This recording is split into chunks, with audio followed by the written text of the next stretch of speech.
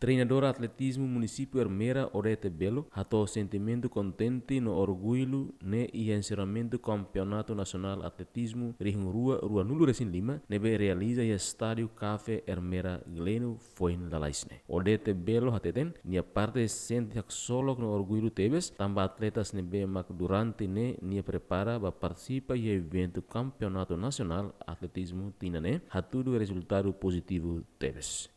Dia que obrigado tanto ao treinador, o atletismo de Supermeira, eu senti contente e orgulho também acrescer bem que prepara durante a preparação do campeonato nacional resultado no dia teve se já ele bem a camiseta que agora sabe 30 leona e nós iremos preparação para CPP tu faremos basicamente então iremos campeonato nacional iremos kita berkaitan atlet bem dia que qualidade também município nacional ATT.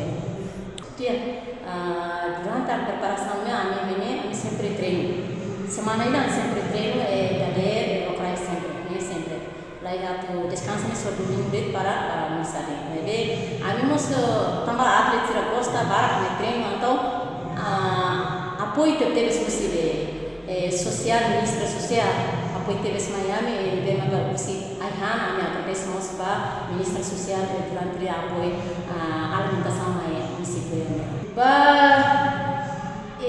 Junior e da rebot na 800 metros, 1.200 metros, 5.000 e 10.000 metros. Quando idade TIC, 100 metros, 200 metros, 500 metros, 3.000 metros, estafeta 4 mais 100 metros. Durante o campeonato nacional, Lau atletas município Ermera participa ho categoria halai classe rua, macanesan junior no senior, mas ho distância halai quilômetro de frente. David Gonçalves, GMN.